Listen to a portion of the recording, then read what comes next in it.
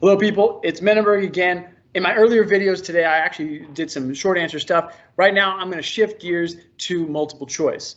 Multiple choice, I'm sure, is on a lot of your minds as you prepare because you may or may not be aware of this, but there are some major differences in this year's test, especially for those of you who are taking the digital exam. So I'm going to point your attention to something that the College Board put out there that is available to all of you at AP Central. I would encourage you to look this up. It is the AP Digital Testing Guide for the 2020 and 2021 school year. Okay, we're going to focus here on the important section of the answering multiple choice questions. Now, your AP exam, your teacher, they may or may not share this with you. You may or may not be aware. You may have heard something, read something. This is the official thing. Okay, so this is the official thing. I'm not making this up, and I wanted to share this with you so you know I'm not making it up. It says this: a critical difference between digital and paper and pencil exams is that the digital exams do not allow students to move back to previous questions or review answers or questions they've already answered. So, and this is in bold, if students skip ahead, they won't be able to go back.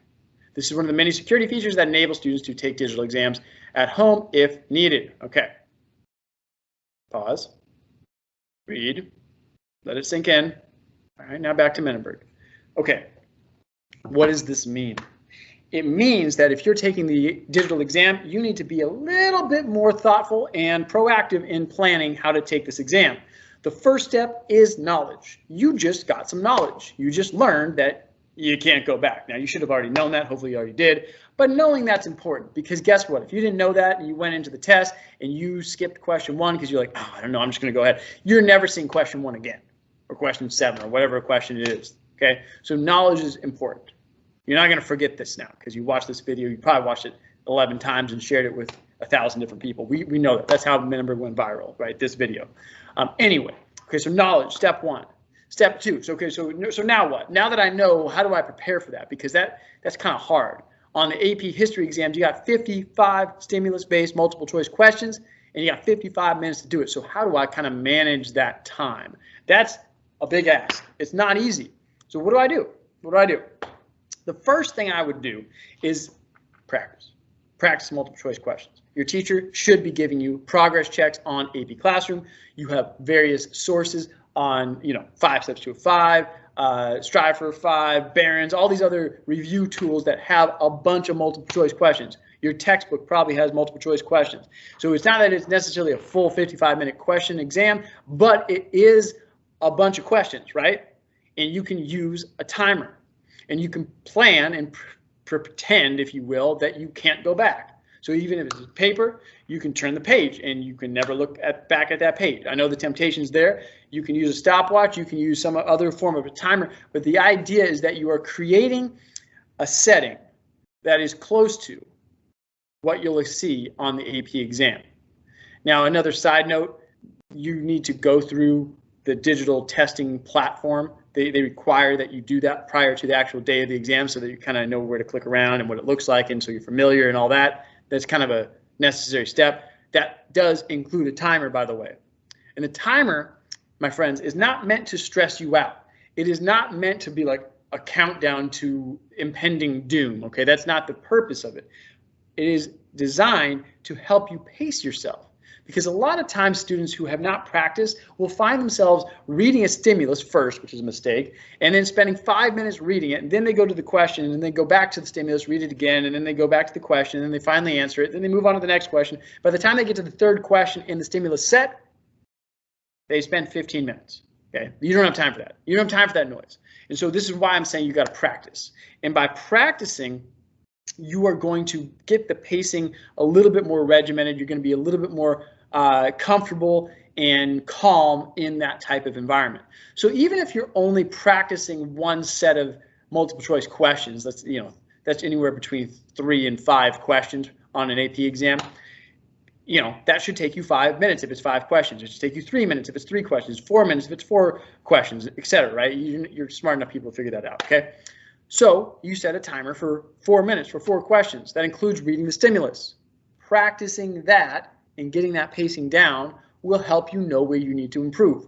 What are you doing wrong? What types of questions are taking longer than others? And pacing yourself, giving yourself the necessary time to read through the question and understand it will help you not need to go back. Okay, so you can't go back, so it doesn't matter if you need to, you can't. But you don't want to rush it either. You need to take the appropriate amount of time per question. And as you practice this skill with a timer, you're going to get better and better at doing that. Okay, so for example, the first question on a stimulus set will likely take a little bit longer than the second and the third and the fourth because it will necessarily involve reading that stimulus. But you read the question first so that when you read the stimulus, you're making better use of that time and you know what you're reading for. I've said this so many times in my videos. I know you're getting tired of hearing it, but it's still true. So once you've read the question, you go to the stimulus, you figure out what you're doing, you answer that question. It likely will take a little longer on question 1. It might take a minute and a half, but question 2 is only going to take you 15 seconds because you already read the stimulus, you kind of know what you're looking at. It's a little quicker, right? So on average, we're still averaging out. We get to about a minute a question. You might go a little faster. You might go just a little bit slower on certain stimuli that are a little bit more challenging. That's okay. But the point is, by practicing this with a timer, you're going to get more efficient. You're going to get better at this, and you're not going to freak out when that clock starts ticking and you know you can't go back. Okay? So the thing is, you got to use a timer. You got to practice. The next thing I would also recommend is getting in the habit of eliminating wrong answers. Now, this is tricky because a lot of you are pretty smart people, and so you're looking through those answers, and let's say B is the correct answer, and you know B is the correct answer. You just don't even read C and D. That's not the best thing to do. And occasionally that'll be okay, but the truth is, if you read one word in a prompt or a question, or an option, an answer option, you might get it wrong, even if you think that's the correct one. Because every multiple choice question for these tests has historically accurate information, okay? So they're not trying to trick you here, not really anyway. And so by knowing that, you shouldn't rush to answer. And so that's why you want to read carefully through A, B, C, and D, and then you want to eliminate at least 2 incorrect choices. Now, in other videos, I talk about how you can avoid the stimulus and get rid of 2 answers, or at least 1 answer before you even touch the stimulus. I would recommend you look at those videos because there's some strategies there that will help you with timing. But one of the key things, as I've mentioned in those videos, is if you know what you're looking for in that question, you can probably eliminate 1 or 2 of those answers just by way of your historical knowledge and your deduction skills without even touching that stimulus, which will save you a bunch of time. Now, again, we're talking about how to not worry about the fact that you can't go back and look at answers. So again, we're trying to get efficient. We're trying to get it right the first time, negating the need to look back, okay? So by eliminating 2 wrong answers out of the gate, you're going to be in a better situation. Now, as you kind of look through a lot of questions, you're going to start to notice some trends in these types of questions.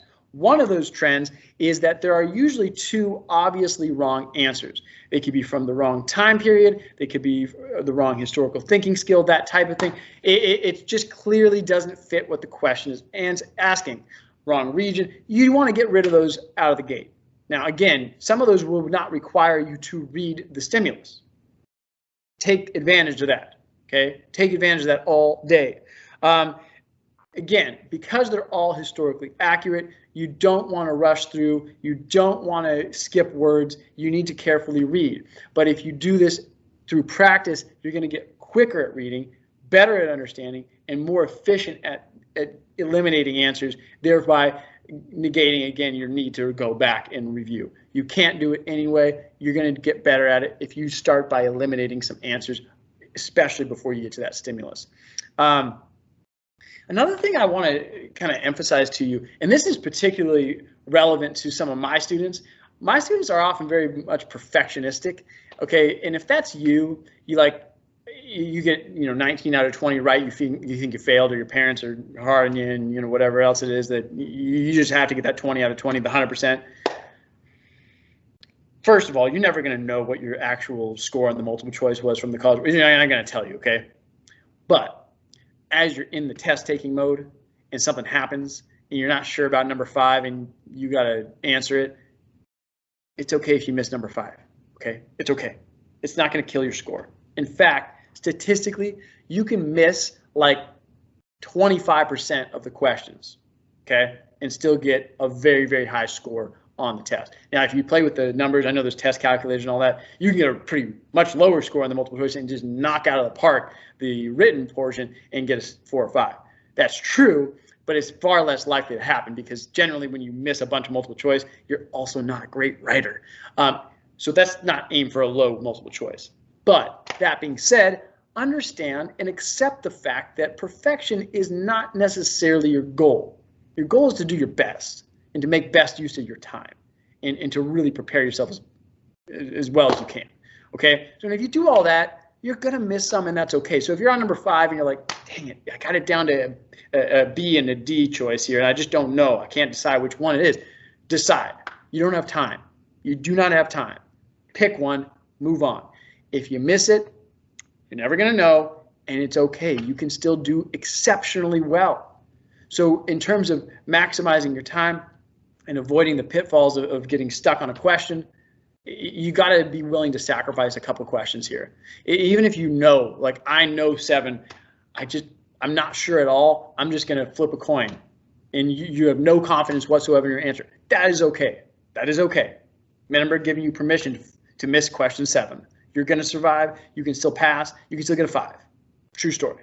Okay. So don't dwell on every single question. You've got to keep moving, and this will help you maximize your time. This will help you do better in general, and this will help you not freak out when you see that clock ticking and when you see the fact that you're on to question 7 and you need to move on and you can't come back to question 7.